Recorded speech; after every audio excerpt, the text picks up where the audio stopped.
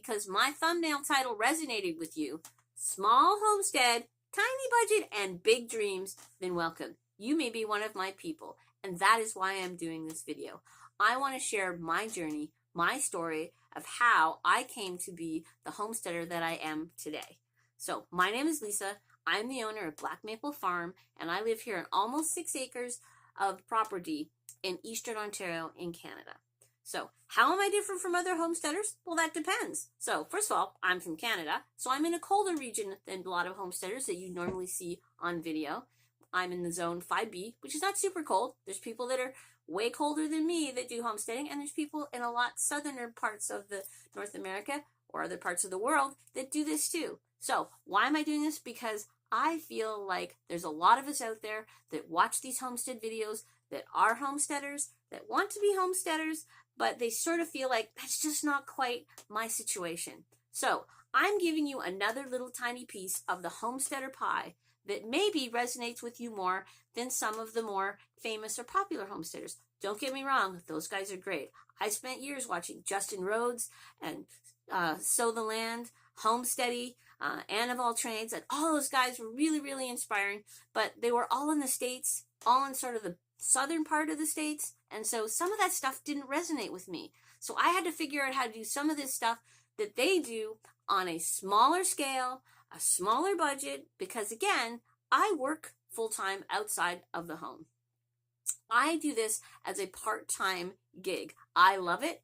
I work my butt off, and I know there are other people out there that some days probably feel the same way. Why am I doing this? Why am I making myself crazy? Why am I pouring money after things that, I don't even know if they're going to work?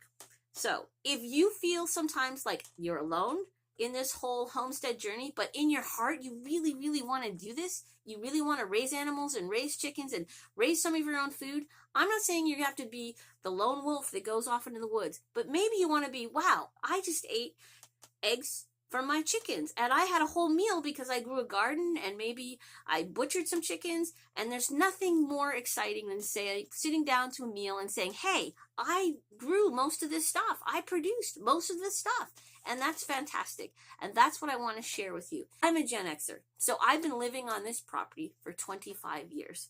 When I moved here, I was a young mother of 3. I was married, and on the property was the house and a sugar bush, a maple sugar bush, which is really why I wanted to live here, because I had learned from a previous job on how to do maple syrup. Once I got here and I saw the potential of the property, we started doing what everybody does. We got the gateway drug, which is we started with chickens, and we got laying birds so we could have eggs, because as we moved here, our family grew to 4.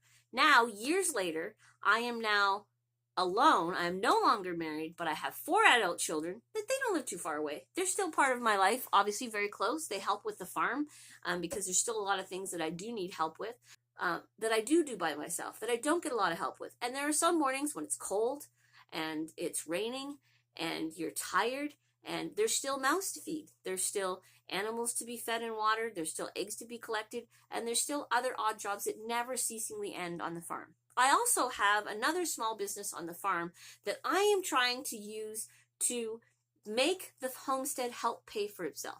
I've always believed that everything needs to have more than one function on this farm, whether it's in my house, if I have a piece of furniture that I can maybe use for extra storage, like storage under the couch. I have goats, so I get milk from them. I have a horse. Now, he's not very practical right now, but I love him, and he was one of the second animals we got on the farm.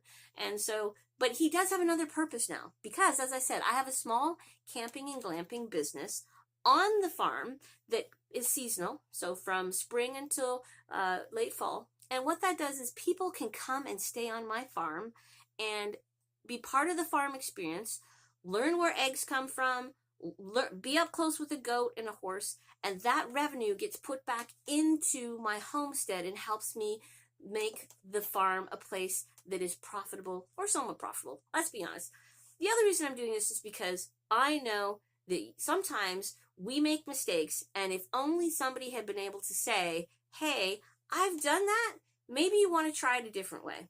So hopefully my plan is to do this as a video series. I'm going to do short videos. I don't want to do them any longer than maybe 10 or 15 minutes at a time, because if you are a homesteader, you're watching this video while you got 15 minutes before you're going to bed. Maybe you're doing it as you're getting up and drinking your coffee or tea or your breakfast in the morning. Maybe you've come in from doing some crazy chore outside, or rebuilding a fence, or chasing goats, or collecting chickens, or butchering, and you just want to sit down for a few minutes with something and just need a break from your mind. And so you watch the homestead channels. Now, don't get me wrong, I've watched some of these guys for years. You know who these people are, and they're fantastic. They taught me so many things, and they gave me the courage to say, you know what, I think I can do this. Now, I've also read a lot of books too. Joe Salatin's books, the Dohertys did their books. I've read them too, and other ones, basically, you know, the Sokovia Chicken Tractor, all that stuff. If this is all new to you, that's okay. Maybe this will give you the inkling to go and learn about more of who these people are. But if you know who some of these people are, you know that they are really great at what they do. But some stuff just doesn't resonate, because their homestead and their property is different than your homestead and your property and who you are. And that's okay. So the point is to help you maybe see my journey, laugh at my mistakes, maybe cry with my mistakes, but say, you know what?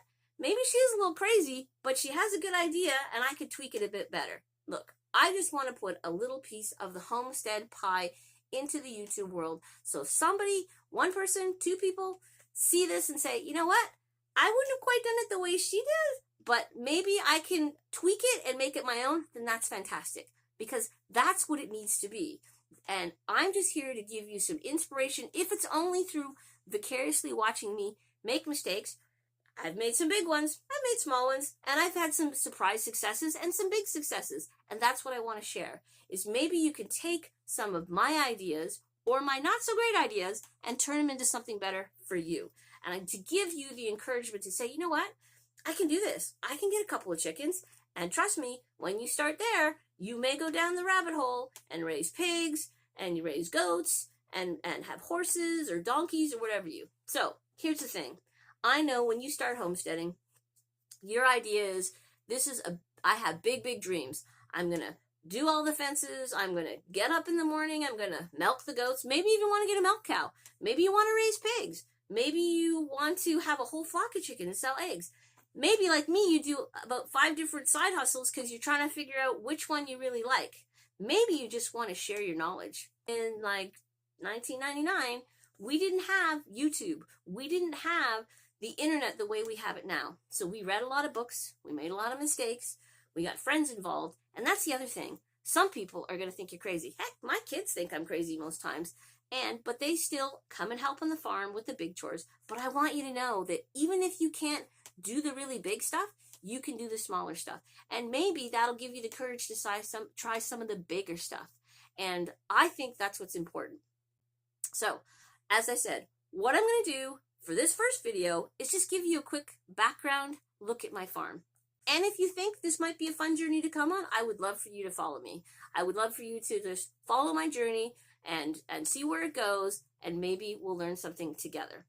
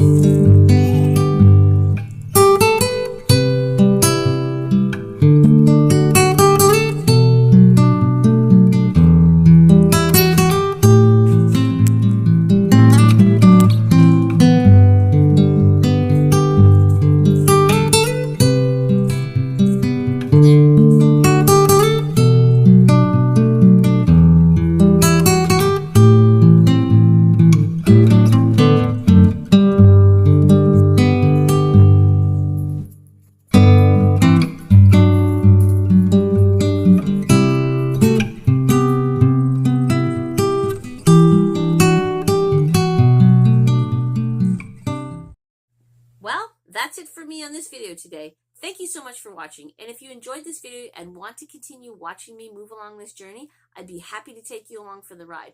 My plan is to try and put out 1 video a week, 10 to 15 minutes long, just to continue on this storyline. If you really like this video, feel free to like and subscribe, but I understand if you need to watch a few more videos before you make the commitment. I hope you see you in the next video, and have a great day. And remember, keep dreaming big.